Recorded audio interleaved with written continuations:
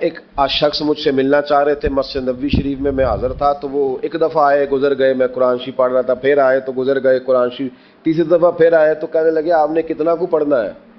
میں نے ان سے کہا کہ مہربانی کرو مجھے دعا دو کہ اللہ مجھے پڑھتا ہی رکھے۔ آپ نے یہ کیا لفظ ادا کر لیے کہ کتنا کو پڑھنا ہے؟ اور خدا کے بندو یہاں کام کیا ہے؟ اگر تلاوت بھی نہیں کرنی تو کرنا کیا ہے وہاں؟ میں اکثر کہتا ہوں کہ چونکہ ہم تو مسیتڑ ہیں، ہمارا تو مزاج ہے مسجدوں میں رہنے کا، چونکہ عام لوگوں کا مزاج نہیں ہوتا تو وہاں بھی بازاروں کو ٹائم زیادہ دیتے ہیں، خریداری میں وقت زیادہ لگاتے ہیں۔ اگر ہماری طبیعت مسجد میں بیٹھنے کی ہو، قرآن پاک پڑھنے کی ہو تو بڑا ذوق بن جائے۔ امام اعظم ابو حنیفہ امام اعظم رمضان شریف کے اندر 61 قرآن مجید پڑھا کرتے تھے۔ کتنے؟ 60 اور 1 61۔ ایک قرآن شریف دن میں پڑھتے، ایک رات کو پڑھتے، پورے دن میں قرآن مجید ختم کرتے، ایک رات کو۔ اور آپ فرماتے ہیں 61واں قرآن مجید وہ تھا جو میں تراویحوں میں سنا کرتا تھا۔ 61 قرآن پاک آپ ہر رمضان میں پڑھا کرتے تھے۔ میری آپ سے گزارش ہے ایک سپارہ مسجد میں پڑھے رمضان میں، ایک سپارہ گھر میں پڑھے۔ مسجد میں پڑھیں گے تو مسجد کا حق ادا ہوگا، اور گھر میں قرآن پاک کھول کے بیٹھیں گے تو بچے بھی آ کے پاس بیٹھ جائیں گے، چھوٹے چھوٹے بچے۔ یہ کبھی تجربہ کرنا، یہ بخشش کا ذریعہ ہے۔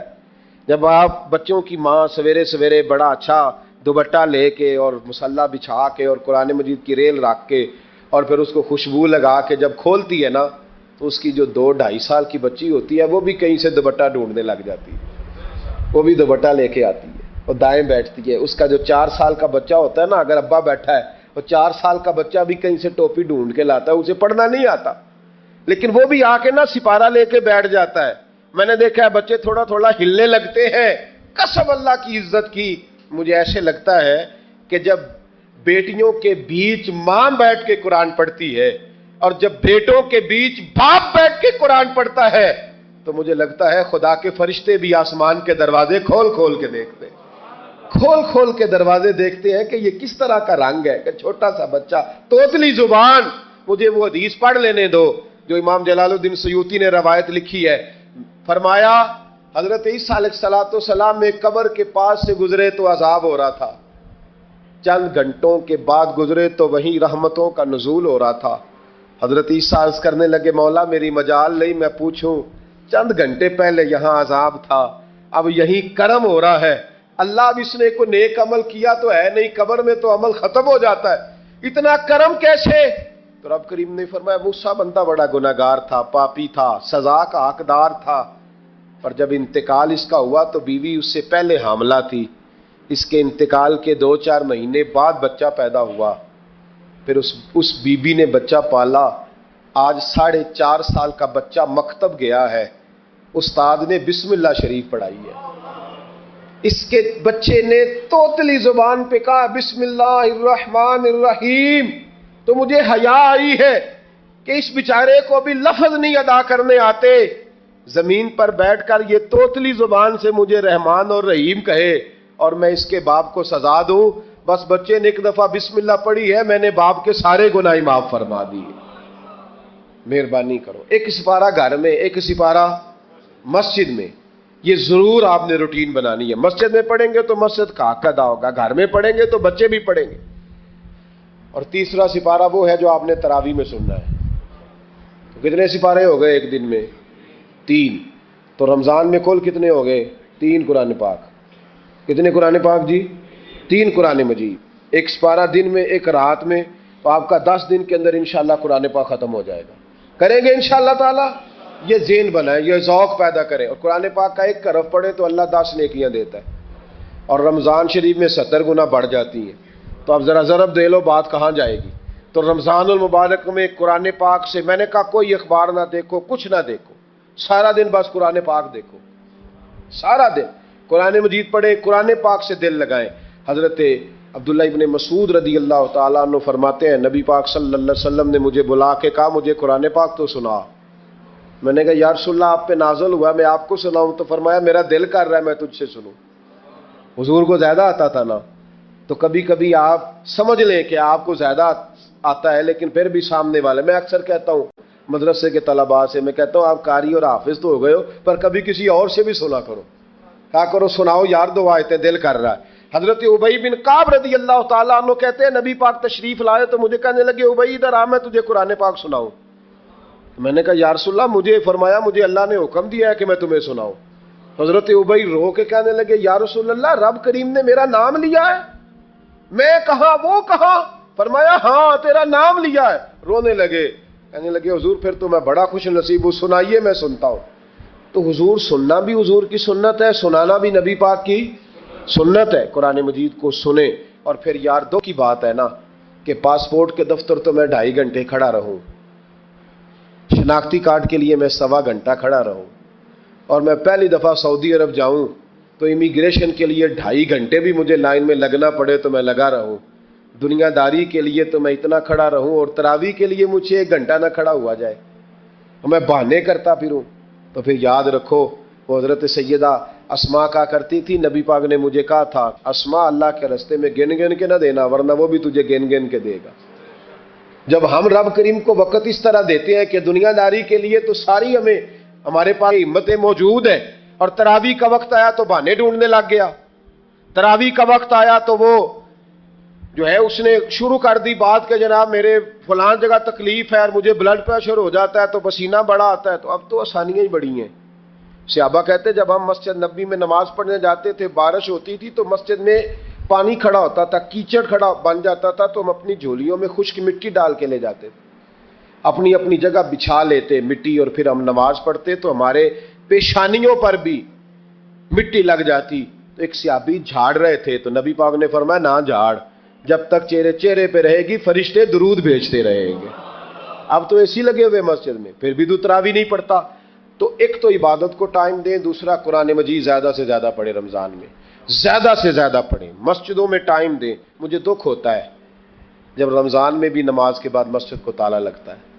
اگر ہم سارے آئیں مسجدوں میں, ہم رمضان شریف کے اندر وقت دیں, جس کے پاس ٹائم ہو وہ آ کے بیٹھ جائے قرآن مجید کھول لے, تو میرا خیال ہے کہ مسجدیں بھی ہمیں دعا دیں گی کہ دیکھو ہر وقت انہوں نے میرے اندر تلاوت کی. ایک اور بات بھی عرض کرنی ہے, یہ مجھے کہا گیا ہے, میری اپنی طرف سے نہیں, یہ مجھے رکا دیا گیا ہے. کہہ دوں پکے نمازی ناراض تو نہیں ہو جائیں گے؟ جو پکے نمازی ہیں مسجدوں کے وہ میرے ساتھ وعدہ کریں ناراض تو نہیں ہو جائیں گے؟ نہیں تسی نہیں بول دے, تساں ہو جانا. پکے بول دے نہیں پے, پکے گھور دے نے پے. پکے نمازی, یہ پکے نمازیوں سے بات, ناراض تو نہیں ہو جائیں گے؟ یہ بول کے بتائیں, انشاءاللہ کہیں. کچے نمازیوں کو شکوہ ہے کہ پکے نمازی رمضان میں ہمیں گھورتے ہیں. روکھے دیے مجھے انہوں نے, کہتے ہیں پکے نمازی کہتے فصلی بٹیرے آ گئے نے. یہ زیادتی ہے, یہ ظلم ہے. آپ پکے نمازی ہیں تو مہربانی کریں, آپ وہ جو آپ نے صاف لاٹ کرائی ہے نا اپنے نام پکی, ایتھے میں بھینا روز تو کتوں آ گیا, یہ چھوڑ دیں آپ, مہربانی کریں. یہ اللہ کا گھر ہے, یہ کسی کے نام رجسٹری ہو سکتی. جو آیا ہے نا بیچارہ, چلو کبھی کبھی صحیح, مہربانی کریں اس کو ٹائم دیں, بیٹھنے دیں, کچھ نہیں ہونے لگا. اور جب وہ آئے نا تو دعا کریں, جب اس کو دیکھیں تو کہ یا اللہ یہ آیا ہے تو ہمیشہ آتا ہی رہے, اس کو دعا دیں. مہربان بچے شکوہ کرتے ہیں, کہتے ہیں پکے نمازی سانس نہیں لینے دیتے مسجد میں. اور ایک بات اور, یہ حضرت علی کا قول ہے, اس کو دل کی تختی پہ لکھ لینا, دل کی تختی پہ شیر خدا کی شیروں جیسی باتیں. حضرت مولا علی شیر خدا فرمایا کرتے تھے وہ نیکی کرنے والا اچھا نہیں جو نیکی کر کے اکڑ جاتا ہے اور دوسروں کو گناہگار سمجھتا ہے, وہ نیکوکار اچھا نہیں. فرمایا کرتے تھے اس سے وہ گناہگار اچھا ہے جو گناہ کر کے کم از کم شرمندہ تو ہوتا ہے نا. فرماتے ہیں جو گناہ کر کے شرمندہ ہو وہ زیادہ اچھا ہے اس سے جو نیکی کر کے اکڑ جائے. تو تھوڑی سی نیکی کر کے پرہیزگاری کر کے ساری دنیا کو گناہگار سمجھنے لگ جانا, یہ تو بت پیدا کر لیا ہے تو نے اپنے اندر. اس بت کو توڑ دے, پتہ نہیں کون کب آئے اور اللہ کا ولی بن جائے. کوئی آیا لے کے چلا گیا, کوئی عمر بھر بھی نہ پا سکا. میرے مولا تجھ سے گلا نہیں, یہ تو اپنا اپنا نصیب ہے. تو مہربانی کریں پکے نمازی, تھوڑی شفقت کریں. یہ میں سب سے نہیں کہہ رہا, جو گھورتے ہیں صرف ان سے کہہ رہا ہوں. کچھ پکے نمازی ہیں تو الحمدللہ دل کے بھی بڑے پکے ہیں, سوچ کے بھی بڑے پکے ہیں, اچھے ہیں, خوبصورت لوگ. لیکن کچھ ایسے لوگ ہیں, ہمارے شہر کے ایک ڈاکٹر صاحب ہیں, میں نے کہا آپ نماز مسجد میں پڑھا کریں. ان کی عمر کافی زیادہ ہو گئی ہے, تو کہتے ہیں حضرت میں پڑھوں گا انشاءاللہ. ان کو میں نے دوائی لینے گیا تو وہاں بھی میں نے بات شروع کر دی. میں نے کہا آپ مہربانی کریں، کہتے میں آؤں گا۔ کچھ دنوں کے بعد میں نے اس مسجد میں نماز پڑھی اور خاص کر کے پڑھی کہ یہ ٹائم ہے۔ میں نے فون کیا کہ ڈاکٹر صاحب آپ نظر نہیں آئے، تو کہتے ہیں سب ناراض نہ ہو جائیں۔ نمازی مجھے کہتے تھے خیر ہے ڈاکٹر صاحب، کہیں غلط جگہ تبادلہ تو نہیں ہو گیا، کوئی مصیبت تو نہیں آ گئی؟ تو کہتے ہیں مجھے شرم سی آتی ہے کہ نمازی اس طرح، ویسے بھی میں گیا نہیں، 60 سال عمر ہو گئی، تو اب نمازی تو یہ آپ کیا کر رہے ہیں؟ ہم کوئی اللہ کی رحمت کے منشی ہیں کہ ہم سے پوچھ کے وہ دے گا جس کو دے گا؟ کیا کرتے ہو؟ او بھائی، حضرت باجدید بستامی رحمت اللہ تعالی علیہ جیسے لوگ کہا کرتے تھے جنہوں نے ساری زندگی جھوٹ نہیں بولا، حرام نہیں کھایا، فرماتے تھے الفن کہتا ہوں، بالغ ہونے کے بعد نماز قضا نہیں کی، لیکن پھر بھی کہا کرتے تھے دعا مانگو میرا رب مجھ سے حساب نہ پوچھ لے۔ حساب والا نہیں ہوں میں، درگزر والا ہوں۔ عدل کرے تے تھر تھر کمبن اچیاں شانہ والے، یہ تو فضل کرے تے بخشے جاون میرے جے منہ کالے۔ تو مہربانی کریں، آگے چلیں۔ رمضان شریف میں سخاوت کرنی ہے۔ حضرت انس بن مالک رضی اللہ تعالیٰ عنہ فرماتے ہیں جس طرح تیز آندھی چلتی ہے، ذرا مثال دیکھیں صحابی کی کتنی خوبصورت، فرماتے ہیں جس طرح تیز آندھی چلتی ہے نا، اس طرح رمضان میں میرے نبی کی سخاوت چلا کرتی تھی۔ نبی پاک ہر سائل کو دیتے، جو قیدی بند ہوتے نا، قیدی جنگ کے قیدی کفار، حضور انہیں بھی آزاد کر دیتے رمضان میں، فرماتے جاؤ تمہیں آزاد کیا، سخاوت کریں۔ اور میرا مشورہ ہے اس دفعہ غریبوں سے غریب سخاوت کریں۔ نسخہ دے رہا ہوں امیر ہونے کا، تو سخی ہو جا، رب کریم تجھے امیر کر دے گا، سخی بن جا۔ مالا والے سخی نہیں ہوندے تے سخیاں کول مال نہیں ہوندا، ایتھے اوتھے دوواں جہان نہیں، سخی کنگال نہیں ہوندا، سخی بن جاؤ۔ میرے نبی پاک علیہ السلام نے فرمایا بندہ کبھی بھی جیب کا سخی نہیں ہوتا، سخی وہی ہوتا ہے جو دل کا ہوتا ہے۔ غریبوں کو میرا مشورہ ہے کہ 10 روپے دو، لیکن رمضان میں روز دینا، ہر شام دینا، غریبوں کو ساتھ بٹھاؤ، روٹیاں کھلاؤ، افطاریاں کراؤ، غریبوں کے گھروں کے اندر سوٹ پہنچاؤ، مدارس کے طالب علموں کو کپڑے خرید کے دو، جو کچھ نہیں دے سکتا وہ ایک مسواک لا کے دے، ڈیوٹی کرو، اپنے دائیں بائیں غریبوں کا خیال رکھو۔ جن گھروں میں اکثر دیکھتے ہو کہ دال کا شاپر جاتا ہے، وہاں رمضان شریف میں صبح صبح گوشت پہنچاؤ، مہربانی کرو۔ غریب امیر تو کسی کو تب دے گا جب اس نے ووٹ لینے ہوں گے، وہ تو وہاں زکوٰۃ دے گا جہاں سے اسے پتا ہوگا کہ میری تعریف اچھی ہوگی، وہ تو مسجد میں اس وقت خرچ کرے گا جب اس کا نام بار بورڈ پہ لکھا جائے گا۔ غریبوں، تم نے ظلم کیا ہے، اگر تم اپنی 4 غریب بھائی مل کے ایک غریبنی بہن کا خیال رکھتے تو اس غریبنی کو محلے کے چودھری کے پاس نہ جانا پڑتا۔ اگر 4 غریب بھائی ایک غریب بھائی کا خیال کر لیتے، تھوڑے تھوڑے جو صاحب بے حیثیت تھے، تو وہ مجبور نہ ہوتا۔ مہربانی کرو۔